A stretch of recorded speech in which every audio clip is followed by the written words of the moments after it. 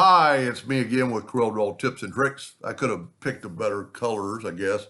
But I'm going to show you how you can save a lot of time by drawing something like this using the attribute eyedropper. So I'm going to make an ellipse and I'm going to hit P, put it in the center of the page. I'm going to Control D and make a duplicate, and I'm going to hold down the Shift key so it'll bring in from the center. And then I'm going to Control D again. Those rings are exactly the same space apart. Now I'm going to take a 2-point line and I'm going to hit P. I'm going to rotate it 5 degrees. Then I can Control D again and mirror it. So I've got a 10-degree object. So what we kind of want to do, maybe it'd be smart to go ahead and group this together, or I made a duplicate of it. Go ahead and group this together, Control G. And then I would maybe just start with one row first because that's a group. So we're going to use this blue. And I'm going to Control D, alternate C, and rotate it 10 degrees. And then Control D. So what I can do now, I can take this one and I'm going to use the interactive fill tool to swipe across. And really I want black on both ends because I want it kind of like it's going in. I could have probably just filled it in with black. Then I'm going to put blue pretty close. And that way it's going to look like it's kind of going in.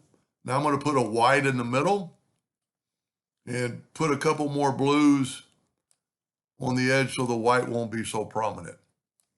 Now I can take my attribute eyedropper and make a sample of that and put it over there. Now all I have to do is take this, get the interactive fill tool, and if I just showed this the other day, if I will shift select those blues, I can make them green now.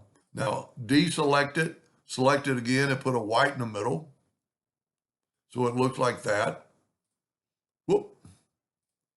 Then select this one, interactive fill tool.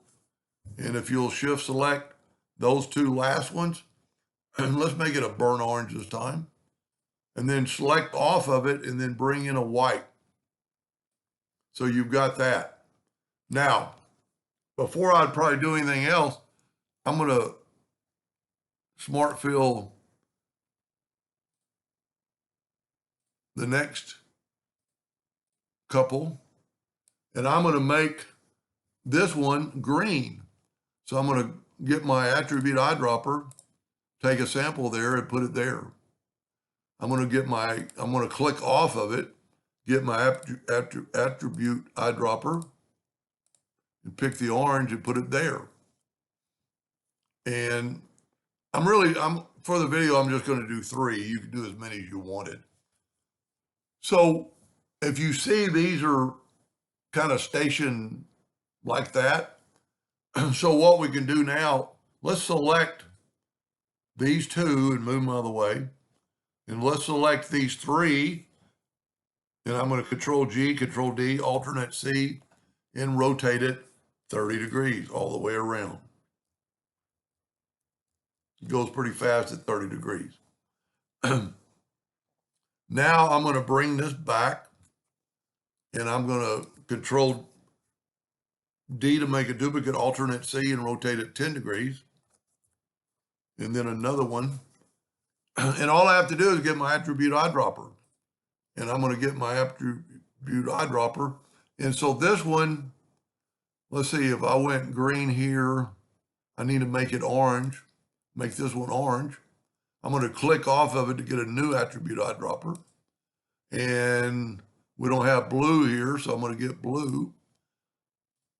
And we could probably go ahead and do these other ones, Control D, alternate C rotates it from the center. So we've got orange here, we're going to leave it. We want this one, let's say we're going to make it green, if that would be right. So I got blue, green, orange, blue. So I'm going to make this one green. So I need to make, well, that'll put 2 blues.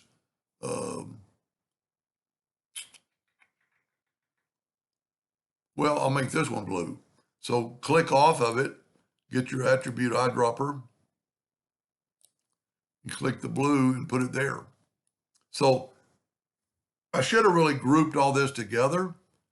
So just for a second, I'm going to, well, they are kind of grouped together.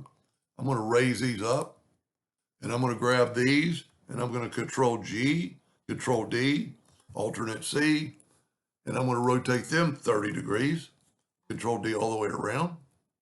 And because I nudged, I can just nudge this row back up. And because this is a group, I can delete that line. Now, and you could keep going from here like this. So let's group this all together, Control G, Control D. Hold down your Shift key. You don't want that line, so we're going to go like 80, and the line disappeared. Now, if we Control D again, we get that. So what I'm going to do now is Control G, Control D, and just make a new one of these. Try to get as close as you can. I still got a little line, 63.6, let's say. Yep, 63.8. So that line goes away. And if we bring in a black box, now I could still change the color rotation. And if we look, those other ones are grouped. So we could grab this one, and since we're working the center page, we can just rotate it 10 degrees and we get a different pattern. I need to work on my colors to make it look a little better, but that's pretty cool. Anyway, I hope that gave you an idea, and thank you for watching.